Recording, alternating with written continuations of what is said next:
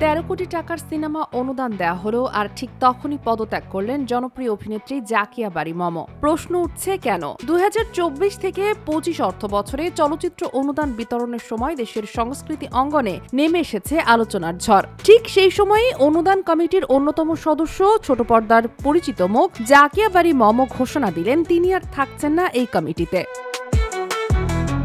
তিনি জানান গত 25শে মে তিনি ব্যক্তিগত ও পেশাগত কারণে দেখিয়ে তথ্য সম্প্রচার মন্ত্রণালয়ের সচিবের বরাবর পদত্যাগপত্র জমা দেন। বিষয়টি আনুষ্ঠানিকভাবে প্রকাশ্যে আসে 1 জুলাই, যখন সরকার 32টি চলচ্চিত্রে 13 কোটি টাকা অনুদান দেওয়ার ঘোষণা দেয়। একটি সংবাদ মাধ্যমকে দেওয়া সাক্ষাৎকারে মম বলেন, ক্ষমতার কাছে আমার কোনো চাওয়া ছিল না, আমি কাজ করতে চেয়েছিলাম কিন্তু সেটা আর সম্ভব হয়নি। আমি বিশ্বাস করি আমার জায়গায় অন্য কেউ এলে হয়তো কমিটির জন্য ভালো হবে। অভিনেত্রী স্পষ্ট করে দিয়েছেন এইবারে যে 32টি সিনেমা অনুদান পাচ্ছে সে তালিকায় তৈরিতে তার কোনো ভূমিকা ছিল না, অর্থাৎ অনুদান বন্টনে তিনি অংশ নেননি বা প্রভাবও ফেলেননি।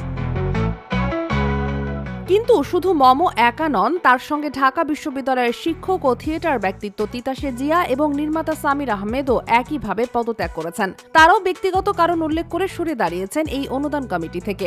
এদিকে গত বছরের 7 অক্টোবর গঠিত হয় এই নতুন কমিটি, যেটির সভাপতি ছিলেন উপদেষ্টা মোহাম্মদ নাহিদ ইসলাম। মোট 10 সদস্যের এই কমিটিতে ছিলেন চলচ্চিত্র নির্মাতা, প্রযোজক, শিল্পী সহ একাধিক গুরুত্বপূর্ণ ব্যক্তি। কমিটির সদস্যরা ছিলেন তথ্য সম্প্রচার মন্ত্রণালয়ের সচিব, বিএফডিসির ব্যবস্থাপনা পরিচালক ডক্টর তিতাস জিয়া, নির্মাতা আকরাম খান, চিত্রনাট্যকার নার্গিস আক্তার, রেইনবো ফিল্ম সোসাইটির আহমেদ মুস্তফা জামাল, সম্পাদক সামির আহমেদ, অভিনেত্রী জাকিয়া বারী মম। তবে প্রশ্ন থেকেই যায়, এই পদত্যাগের পেছনে শুধু ব্যক্তিগত কারণ নাকি এর পেছনে আছে বড় কোনো অনিয়মের ইঙ্গিত? এখন সময় বলবে এই অনুদান বিতরণ প্রক্রিয়া কতটা স্বচ্ছ ছিল আর কারা এর পেছনে প্রকৃত নায়ক বা নির্দেশক ছিলেন। Sheikh Masuma, daily hour, Bangladesh.